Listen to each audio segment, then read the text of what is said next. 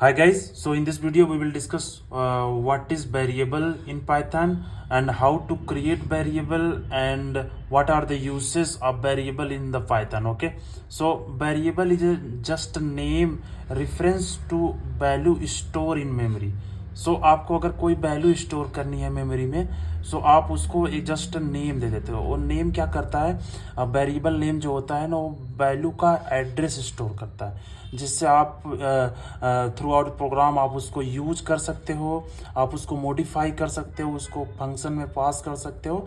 और जब वो प्रोग्राम अनलोड हो जाता है, मतलब प्रोग्राम ख़त्म हो जाता है, ऑटोमेटिकली डिलीट हो जाता है। ठीक है, एज में 30 ये डायरेक्टली इसको कन्वर्ट कर देता है इंटीजर में, और इंटरनली ऐसे ही स्टोर होता है। जैसे मैंने एज इक्वल टू 10 किया तो ए करके एक वेरिएबल बन जाता है, ये स्टैक होता है और ये हीप होता है। एक्चुअली हीप में एक्चुअल वैल्यू स्टोर होता है, स्टैक में जस्ट एड्रेस स्टोर होता है। हीप और स्टैक क्या होता है हम आगे आने वाले वीडियो में या इसमें अगर टाइम मिलेगा तो डिस्कस करेंगे। ठीक है, ये इंटरनली स्टैक में जो एड्रेस स्टोर हो जाता है, हीप में जो वैल्यू स्टोर हो जाता है। इसमें प्रॉपर्टीज होते हैं कुछ, जैसे वैल्यू हो गया, 10 हो गया, टाइप किस टाइप का वैल्यू है, ये इंटीजर टाइप का वैल्यू है। और ये रेफरेंस काउंटर स्टोर करता है। पाइथन में ये रेफरेंस काउंटर होता है जो इंटरनली वर्क करता है, और इसको हम डिस्कस कर देंगे। इसका यूज क्या है, इसका यूज काफ़ी अच्छा है, इसको हम डिस्कस करेंगे। ठीक है, वेरिएबल और डायनेमिक इन टाइप, इसका क्या मतलब है? मतलब ये है कि हम जैसे C++ में हम जैसे एज लिखते थे तो हम इसके पहले इंट लिखते थे, इंट करके ऐसे करके, या है ना फ्लोट या डबल कुछ भी लिख देते हैं। लेकिन यहाँ पे ऐसा कुछ भी करने की ज़रूरत नहीं। जब आप ऐसा चीज़ ऐसे लिखो कि एज इक्वल टू 30 तो इंटरनली ये इंटीजर टाइप का एक ऑब्जेक्ट रन टाइम पे बना देता है, और आपको कुछ भी लिखने की ज़रूरत नहीं है। ये डायनेमिक टाइप का। अभी एज इक्वल टू हेलो था जो एक स्ट्रिंग है, अभी एज इक्वल टू 5 है। ठीक है, तो एज इक्वल टू इंटीजर हो गया, इंटीजर वैल्यू हो गई, ये डिलीट हो जाएगा और ये नया रेफरेंस स्टोर हो जाएगा, जैसे ये डिलीट हो जाता है। In Python everything is object. मैं ऑलरेडी ऑब्जेक्ट बहुत बार बोल रहा हूँ। ऑब्जेक्ट कुछ भी नहीं, जैसे ऑब्जेक्ट एक कार ऑब्जेक्ट हो गया, राइट। सपोज एक कार है, कार उसमें कार में क्या क्या होते हैं, व्हील्स हो गया, विंडो हो गया, है ना, कलर हो गया, कार की माइलेज हो, कार की स्पीड हो गई। So all are the properties of the car. सो एक ऑब्जेक्ट है कार जिसमें वो सारी प्रॉपर्टीज हैं। तो ऐसे करके जो पाइथन होता है ना, प्योर ऑब्जेक्ट ओरिएंटेड प्रोग्रामिंग है। प्योर ऑब्जेक्ट ओरिएंटेड, जो भी कुछ होता है सब ऑब्जेक्ट बन जाता है। ठीक है, जैसे मैंने एज इक्वल टू 10 किया तो it will create integer object. So ऐसे एक्चुअली क्रिएट होता है। ये स्टैक में ए बनता है और ये एक एड्रेस स्टोर करता है, जिस जो हीप में ये पूरा स्टोर होता है। वैल्यू जो होता है 10 हो जाता है, इंटीजर जो होता है, टाइप जो होता है इंटीजर हो जाता है। रेफरेंस काउंट 1 है क्योंकि एक ही वेरिएबल इसको रिफर कर रहा है। अब मैंने क्या किया कि b इक्वल टू 10 कर दिया। जब b इक्वल टू 10 करता हूँ ना, तो ये हीप में जाकर देखता है किसकी वैल्यू 10 है और इंटीजर है, तो ये खोजता है, इसको मिल गया। तो इसने क्या किया, इसने अब b को भी, मैंने ये b को भी इसी से ही पॉइंट करके कि इसकी भी वैल्यू 10 है और ये भी इंटीजर टाइप का है। तो अब ये काउंटर बढ़ के कितना हो गया, 2। काउंटर अब 2 हो गया। ठीक है, अब अभी ये मैंने बोला c equal to b. Okay, तो c भी इधर ही हो जाएगा, c का भी पॉइंटर इधर हो जाएगा। अब जब c का पॉइंटर इधर होगा, c भी इंटीजर टाइप का है, तो ये 3 हो जाएगा। अब इसकी रेफरेंस वैल्यू 3 हो गई, रेफरेंस काउंट। अब अगर मैं a इक्वल टू a+1 कर देता हूँ तो इसकी वैल्यू कितनी हो जाएगी, पहले 10 थी, अभी इसकी वैल्यू 11 हो जाएगी। जब 11 हो जाएगा तब ये 10 ये इसको डिलीट करने या इसको मॉडिफाई करने नहीं जाएगा, ये नया ऑब्जेक्ट बना लेगा। अभी इसका नया ऑब्जेक्ट बन जाता है 11 करके। ठीक है, और यहाँ इंटीजर टाइप तो है ये, और ये रेफरेंस काउंट अभी a जो है यहाँ पॉइंट करने लगेगा, और इसका रेफरेंस काउंट है जो यहाँ से ये हट जाएगा, यहाँ से ये डिलीट हो जाएगा। अभी इसका रेफरेंस काउंट 2 हो जाएगा।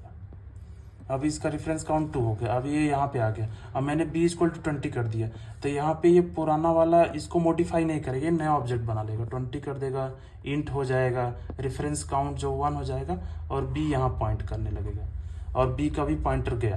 तो अभी इसका कितना हो जाएगा, रेफरेंस काउंटर 1 हो जाएगा। मैंने c को 50 कर दिया, तो यहाँ पे एक नया ऑब्जेक्ट बना लेगा, 50 टाइप इंट हो गया, और रेफरेंस काउंट 1 हो गया, और c यहाँ पॉइंट करने लगेगा, इस एड्रेस को पॉइंट करता है एक्चुअली। ठीक है, और यहाँ पे 50 हो जाएगा, और यहाँ से भी ये कट जाएगा, ये 0 हो जाएगा। जैसे ही 0 होगा ये सबसे खतरनाक इंसान यहाँ पे खड़ा है, ये देखता रहता है किसका जीरो है, जैसे जीरो होगा ये इसको उठा के बाहर फेंक देता है। इसका नाम है गार्बेज कलेक्टर।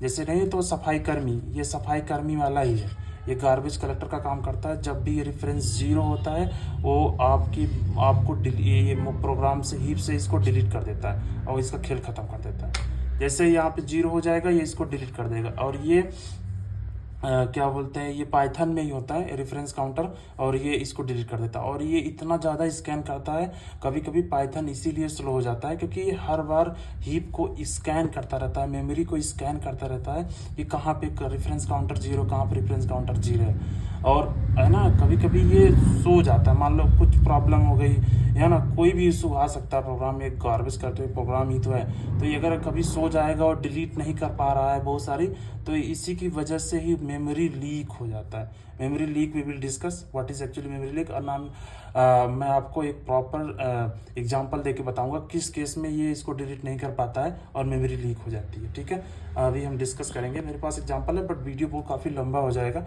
और आगे देखते हैं। Variable are reference to container.